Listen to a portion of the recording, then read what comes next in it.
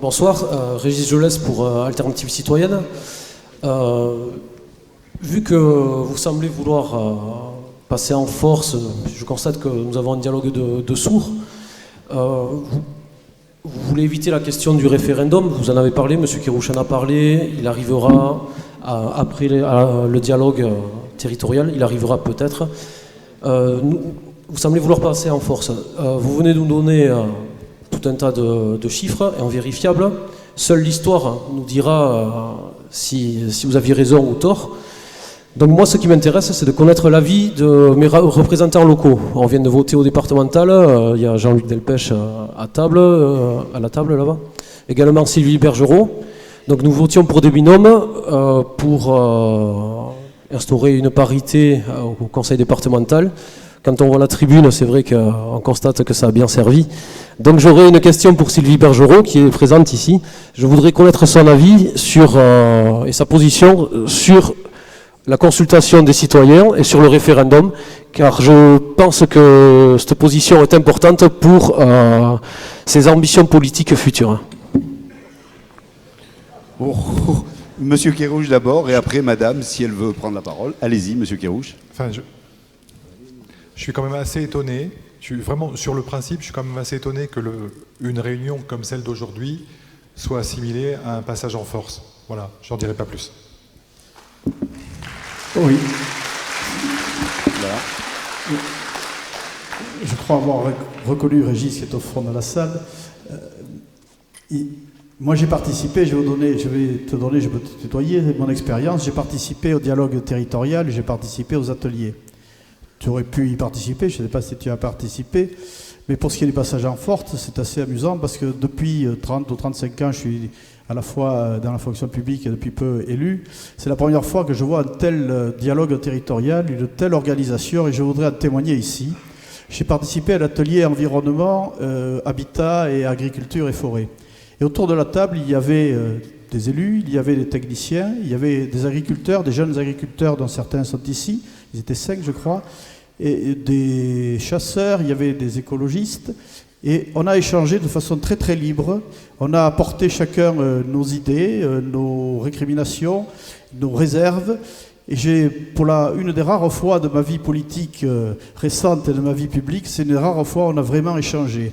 Et donc je m'inscris totalement en faux sur l'idée de passer en force. Et ce n'est qu'après qu'on se forgera notre opinion, et ce n'est qu'après qu'il y aura ou pas un référendum pour dire ce qu'a dit Éric tout à l'heure. Voilà ce que je voudrais dire et ce dont je voulais témoigner.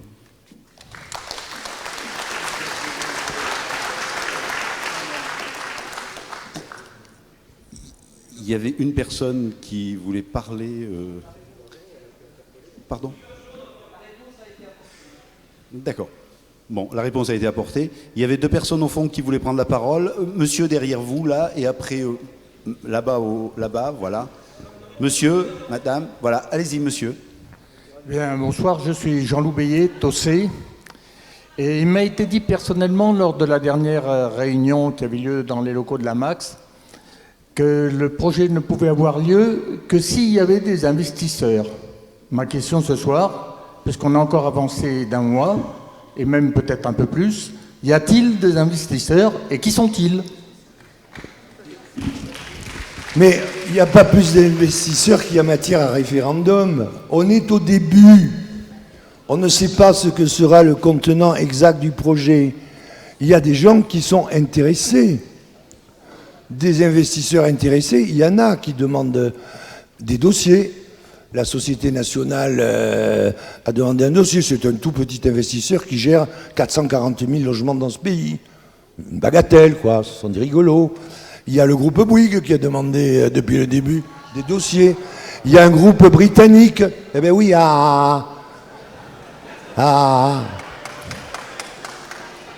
Si c'est pas eux, ça va être qui? Ça va être Alternative économique qui va... Bon, alors... Qui va financer 200 millions. Donc, il y a un groupe britannique qui est intéressé.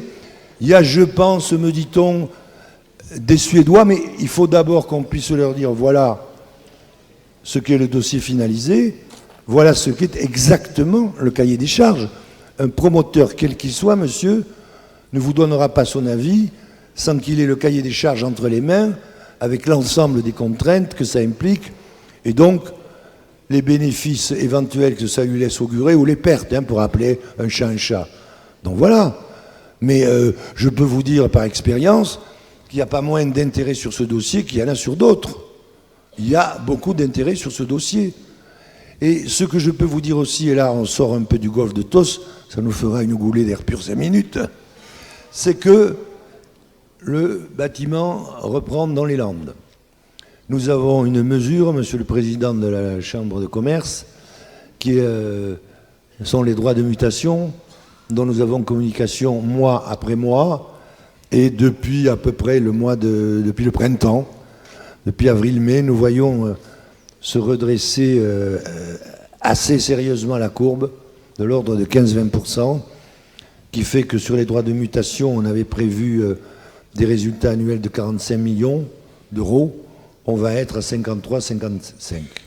Donc on sent un regain sur la construction, non seulement à l'ouest de l'autoroute, mais aussi jusque dans les bassins de Dax, évidemment, et de Mont-de-Marsan. Donc c'est pour ça que moi je suis optimiste, vous savez.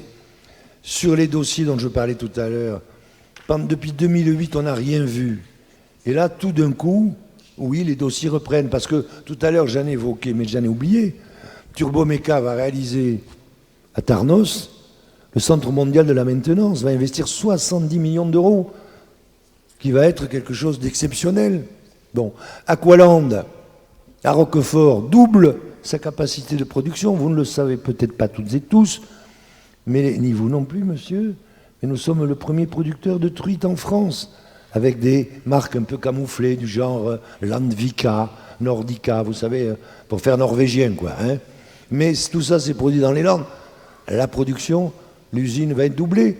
Même chose chez la Berry où on vient d'inaugurer. Donc, oui, les Landes, ça bouge, ça marche, ça va de l'avant, et il faut que ça aille de l'avant. Juste. On va prendre les 2 dernières questions pour arrêter la réunion à 20h30, comme c'était prévu. Pardon, juste une précision. Monsieur Kérouche, pardon, allez-y. Là, il y a eu des exclamations assez étonnantes parce qu'on va faire appel à des promoteurs. Tous les ans, on construit à peu près 980 logements sur la communauté de communes par an. Et ça ne suffit pas.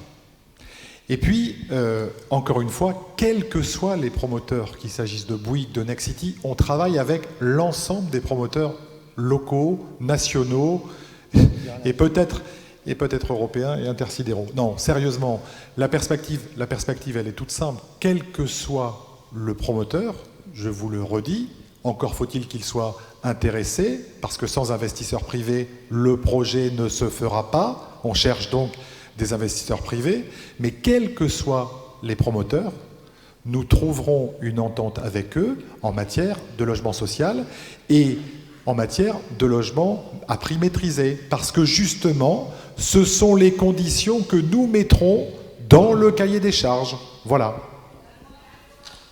Oui. Non, c'est pas la loi, non. C'est pas la loi d'aller au-delà du quota de la loi SRU, à laquelle nous ne sommes même pas soumis. C'est une volonté. Monsieur le maire de la Benne, pouvez-vous dire à ces personnes ce que la SNI a fait chez vous et à quel prix? Avec un promoteur que je ne citerai pas parce que KNB, nous avons fait 102 logements sur la commune de la Benne, dont de 32 locatifs. Je vous invite à aller voir les loueurs actuellement qui payent moins de 300 € un T2 de 51 mètres carrés et 480 € un T3. Et 15 villas avec la SNI, Société Nationale Immobilière, en accession à la propriété, pour des gens qui ont des revenus au-dessus des revenus nécessaires pour être dans le logement locatif et qui ne veulent pas se loger dans le privé. Je peux vous dire que sur 102 logements, avec cette société nationale et internationale, nous avons fait une très belle réalisation et sur le Golfe, c'est ce que nous souhaiterons atteindre et peut-être aussi avec la SNI, monsieur le président du conseil départemental. Parce que moi, je suis président du conseil de surveillance de la Caisse des dépôts et consignations, pas de chez Bouygues. Et le plus gros promoteur en France, c'est pas Bouygues, c'est la SNI. Et le plus gros propriétaire immobilier, c'est la Caisse des dépôts. Donc vous ne vous trompez pas, je ne suis pas passé chez Bouygues. J'ai commencé ma vie chez Rothschild, mais je la finis à la Caisse des dépôts. Je finis ma vie en compagnie de vieilles dames. La social-démocratie, la Caisse des dépôts et la Ve République.